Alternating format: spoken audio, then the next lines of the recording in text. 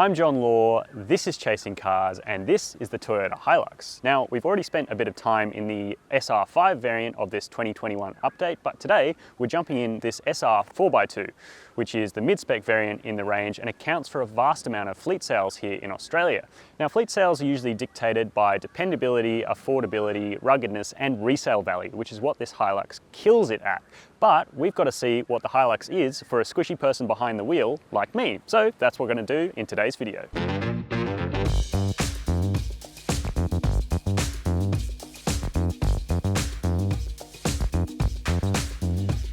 Now, the first thing you've got to take into account on the updated HiLux is the styling, because I think they've done a really good job of making it look tough. The updated front grille, especially in this lower spec variant where there's a lot less chrome, for me looks fantastic. And the black steelies down the side of this car really give it that sort of like tough work ute aesthetic, which I think looks really cool. But at nearly $50,000 here in Australia, this is an expensive commercial vehicle. You can get into other vehicles like the Isuzu D-Max and the Mitsubishi Triton for quite a lot less money than this HiLux. So, should you do that? Or does the HiLux have something more to offer? We're going to talk about its rugged dependability when we take it out for a drive, but let's hop into the interior and see if the HiLux has improved at all on the inside. Inside the front cabin of the HiLux SR, it's all very familiar if you've spent any time in a HiLux. The actual design hasn't come a hugely long way since the previous update, but there are a couple of touches that do make this car a lot more livable than before, starting with this 8-inch touchscreen here in the center, which now gets Apple CarPlay as standard and Android Auto. They do run through a cable, which you need a USB for here, but it's still much nicer than having to not be able to use that and use Bluetooth streaming. So I think that's a big advantage. Below that, you've got some very straightforward aircon controls, including a manually flipped across recirculate and fresh air switch, which is pretty hilarious when you've got that next to an 8-inch touchscreen. It just feels a bit off. Now, the cabin materials really haven't come a long way. There's obviously a lot of hard wearing, if we're being nice, or pretty oppressive black plastic in here, but it is a work ute, so it's kind of the stuff you expect, and it is easy to clean dirt off. The only really unpleasant place for it is on this armrest, which, although it looks almost like leather for you probably standing out there, it's actually horrible, really scratchy plastic with fake stitching on it, which I just think looks really cheap. But again, work ute. But yeah, it's kind of the balancing of a work ute but nearly costing 50 grand is a little bit of a difficult thing to come to terms with. SR gets a plastic steering wheel as well. It's a good size and a good shape, and it's nice to hold in the hand, fairly nice at least. And in front of you, you've got analog dials with a central TFT screen readout, which gives you information like fuel consumption and the speed you're doing, which is pretty nice, although it's not a full digital dashboard.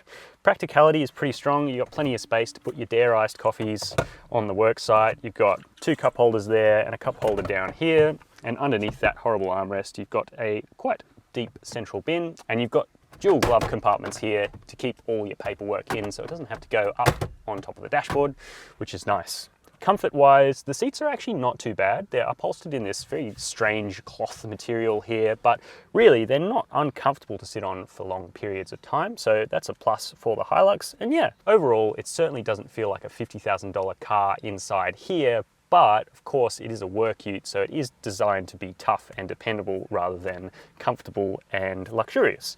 Now, this Space Cab variant does have 2 jump seats in the back, which are pretty much reserved only for emergencies, like if your boss gets a DUI and can't drive himself to work, you can chuck him in the back and make him feel bad about himself.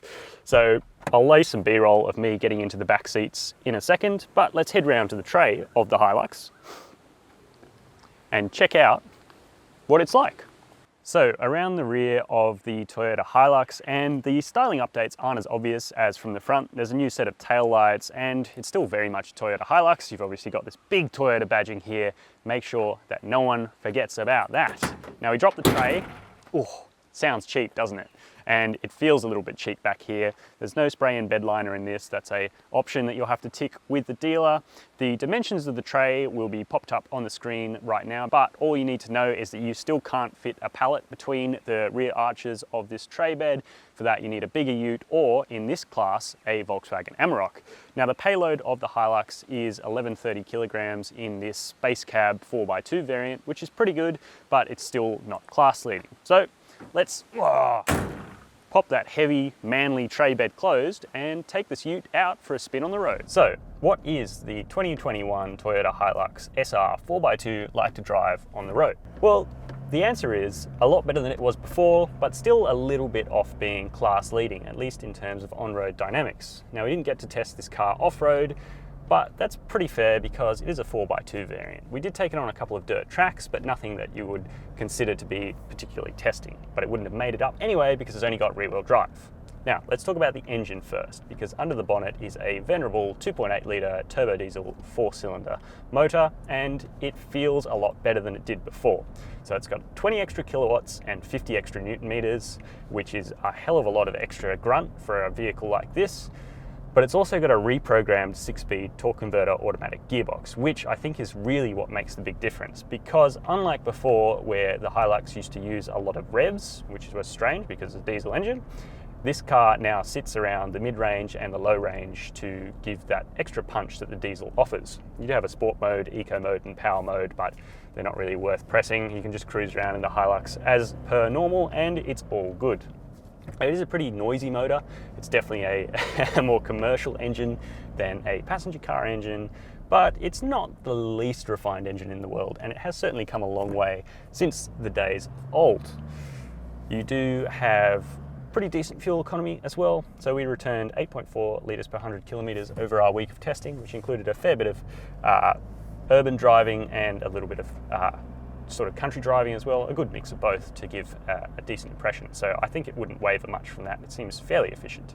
You can also get this motor's little brother, the 2.4 litre turbo diesel, and even a 4-cylinder 2.7 litre naturally aspirated engine in the lower grade Workmate HiLux. But those aren't going to account for a huge number of sales compared to this 2.8 litre turbo diesel, at least in terms of private sales. And they're a lot less powerful, and really this is the crown in the range. This is a nice engine, and it works pretty well.